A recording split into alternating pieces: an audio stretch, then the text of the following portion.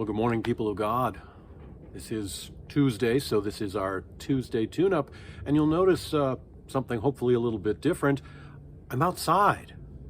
Yeah, the weather in Las Vegas is conducive sometimes to being able to be outside, and this kind of reminds me of the days when we were doing our daily live stream messages, and we would be often outside.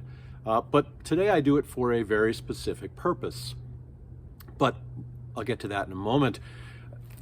As you know, a couple of weeks ago, we at Epiphany Church were abundantly blessed.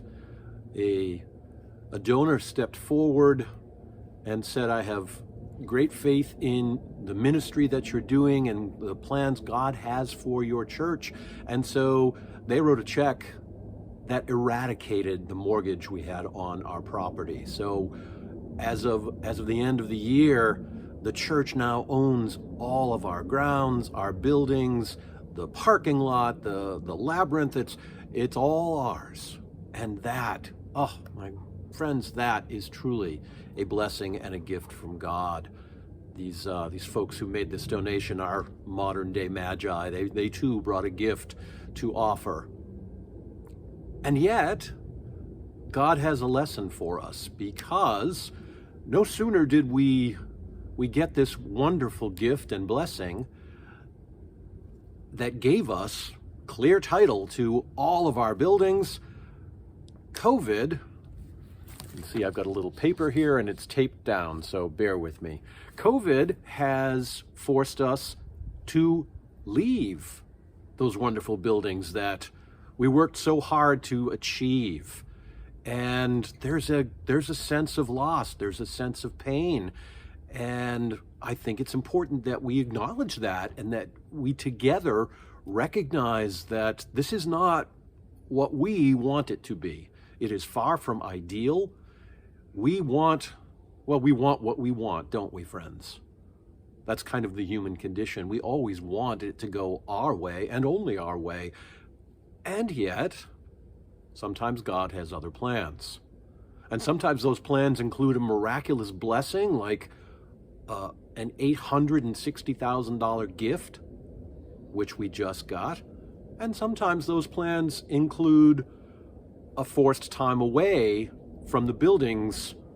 And boy, we rankle at that. As much as we love the blessing, we rankle at the challenge. Well, if that's you, and I'll be honest, it's me, so I'm assuming that I'm not alone in this.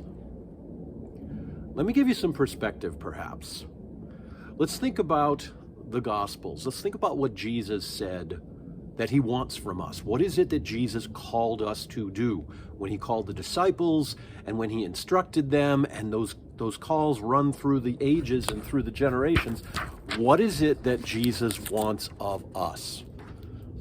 Well, we don't have to look too far to get some answers to that.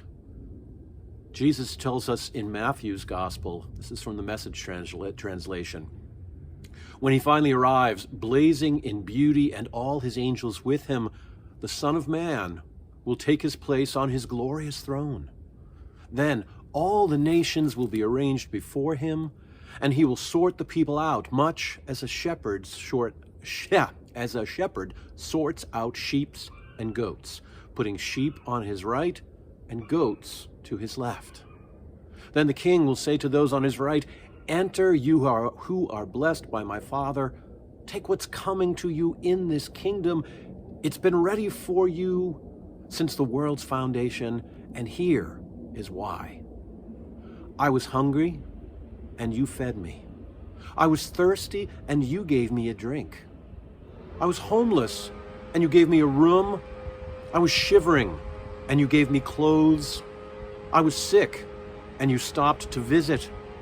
I was in prison, and you came to me. That's a powerful gospel passage, my friends, and one that we know well, but I want you to notice something. Nowhere in that list of things Jesus requires of us does it say, I want you to build big buildings in which you will gather to worship me. Jesus was not about being worshiped. Jesus was about love and service. And he did both. He loved people and he served people, and he called us to do the very same. Think about the example that he set for the disciples at the Last Supper on Maundy, Thursday, when he tied a towel around his waist, knelt and washed their feet. And they were puzzled and they said, "Lord, what are you doing?" And he said, "You call me Rabbi and teacher and Lord, and you are right, that is what I am. But I have done this service for you." It was a beautiful gesture of love and service. And Jesus then called them to go out and do likewise.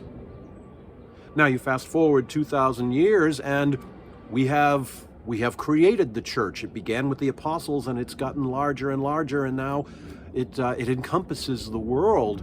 And church comes with many things, and some of those are buildings, and we are grateful for the buildings. But we must never lose sight of the fact that church isn't the building.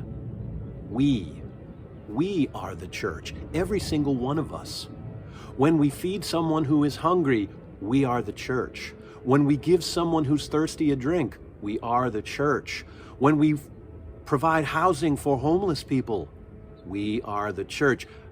You get my point, etc., etc., etc. Those are the times that we, my friends, are the church. It's how we care for one another. It's how we love one another. It's how we serve one another. So, yes, it's okay to feel upset that we're not able to occupy our wonderful buildings at this point in time. It's okay to grieve that, but also to know that that time will come again. We've been in this place before. This isn't like the last time we did this. We have a little bit of an idea what to expect now, and we know more about it. We may not like it, but we know how to do it. So worship together through the tools that we have available, be together online, call one another, email one another, be in communion with one another. But remember, when we do all of these things, whatever you do to the least of my brothers, that you have done to me. That's how this gospel passage concludes. Go out, my brothers and sisters, and do just that. Love one another, serve one another, and when we do that, we then are God's church.